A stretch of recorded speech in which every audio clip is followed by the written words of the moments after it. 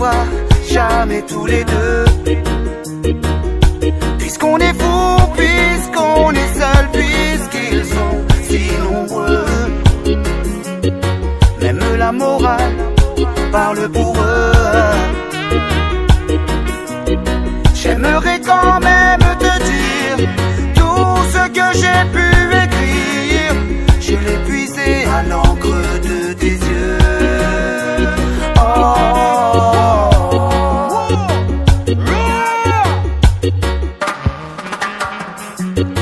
Je n'avais pas vu que tu portais des chaînes.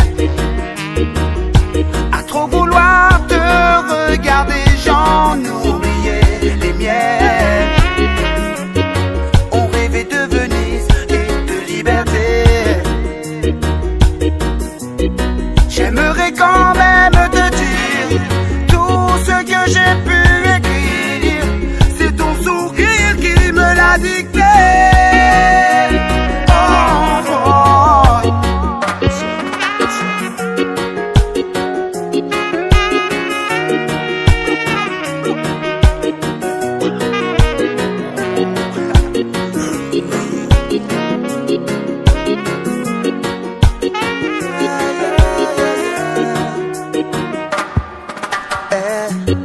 Tu viendras longtemps marcher dans mes rêves. Tu viendras toujours du côté où le soleil se lève. Et si malgré ça j'arrive à t'oublier, j'aimerais quand même te dire tout ce que j'ai pu écrire aura longtemps le parfum des regrets.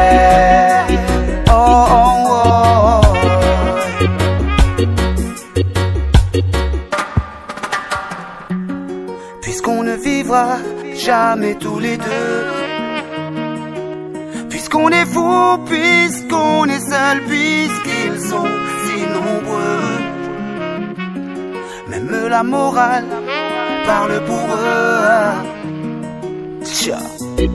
J'aimerais quand même te dire tout ce que j'ai pu écrire. Je l'ai puisé à l'encre de tes yeux.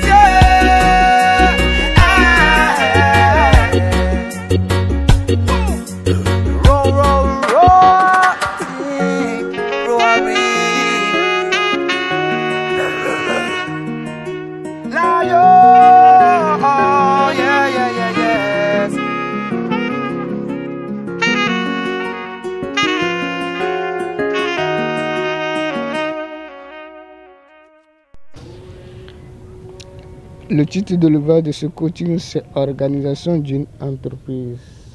Organisation d'une entreprise. Introduction. Chaque entreprise qui existe a une organisation qui correspond aux besoins de l'entreprise.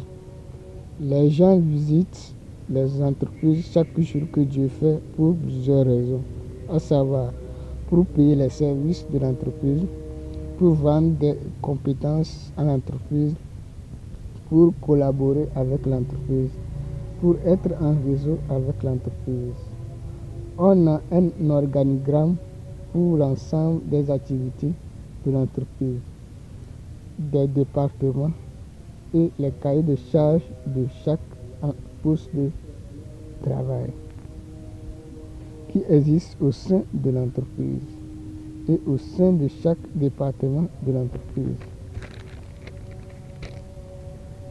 Gardez en tête que chaque entreprise a des besoins spécifiques qui demandent des départements et des postes de travail qui vont correspondre aux besoins de l'entreprise à cause du projet de l'entreprise. Donc, on a la nature de la mission qui demande une certaine compétence, donc la taille de l'entreprise aussi. Donc, c'est ça qui permet à chaque entreprise d'être spécifique. Donc, la nature et la taille donc influencent les postes de travail. Donc, l'essentiel, c'est d'arriver à embaucher les compétences que l'entreprise a besoin pour mieux piloter son projet. 1. Visiteur. Les visiteurs visitent chaque jour que Dieu fait une entreprise pour plusieurs raisons, à savoir pour demander les renseignements par rapport aux informations d'un poste de travail ou au service de l'entreprise, pour payer les services de l'entreprise, pour collaborer avec l'entreprise, pour être en réseau avec l'entreprise, etc., etc. Chaque entreprise doit mettre en place un service pour l'accueil des différents visiteurs de l'entreprise. Donc, déjà, les visiteurs créent le poste de travail, un poste de travail où tout un département entier va gérer plutôt. Donc, va gérer. Donc, les visiteurs créent. Donc, on parle des partenaires, des clients, etc., etc., etc. Des chercheurs d'emploi. 2. Secrétariat. Le secrétariat est le département qui s'occupe des visiteurs d'une entreprise donnée.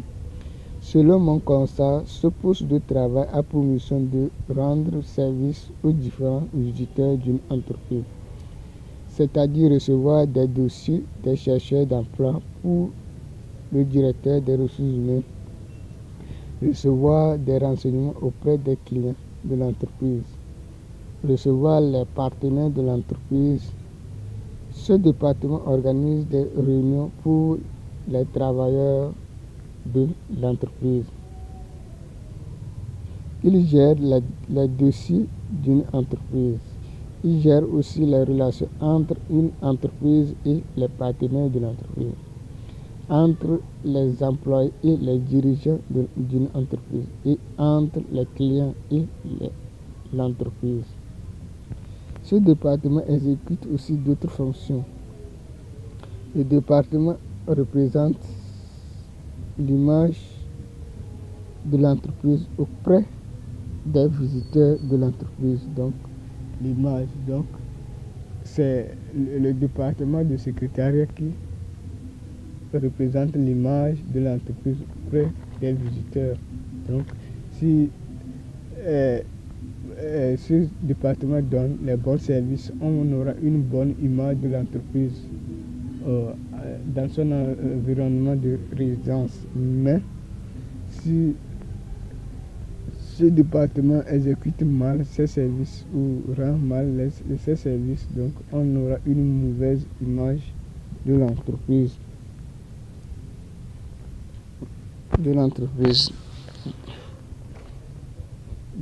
Donc le chef de l'entreprise ou celui qui est sur la conduite des affaires doit mettre l'accent pour pouvoir bien avoir l'image de son entreprise auprès, donc pour créer une bonne image auprès de l'environnement de l'entreprise. 3. Secrétariat. 3. Sécurité plutôt. Toute entreprise qui existe a toujours besoin de la sécurité pour assurer et maintenir la sécurité des biens et des personnes d'une entreprise. D'où la création du département de sécurité d'une entreprise pour mener la fonction de sécurité pour l'entreprise. Ce département a pour tâche de gérer les engins de l'entreprise, les visiteurs et les travailleurs, les biens de l'entreprise, maintenir l'ordre au sein d'une entreprise en donnant des directives aux visiteurs de l'entreprise. C'est le premier poste de travail qu'un visiteur fait face lorsqu'il veut consulter physiquement une entreprise. Mais à l'aide du téléphone, il tombe immédiatement sur le secrétariat de l'entreprise. Donc, à l'aide du téléphone. Donc, les gens utilisent des téléphones les partenaires, les clients pour faire leur service. Donc là, vous tombez directement sur le deuxième département de l'entreprise. Donc, lorsqu'un visiteur vient, il passe d'abord par le département de la sécurité. Après le département de la sécurité, il tombe sur le département du secrétariat et il fait ses services là-bas. 4. Hiérarchie. L'hiérarchie désigne les différents statuts des dirigeants d'une entreprise. On a le département des dirigeants qui regroupe les autorités d'une entreprise, les cadres qui désignent le chef du département et le chef d'équipe. Les dirigeants gèrent toutes les affaires d'une entreprise. Les cadres gèrent les affaires d'un département où ils ont appelé à travailler. Par exemple, le chef du département de la comptabilité et le chef d'équipe gère les affaires d'une équipe de travail. On rencontre ce type de chef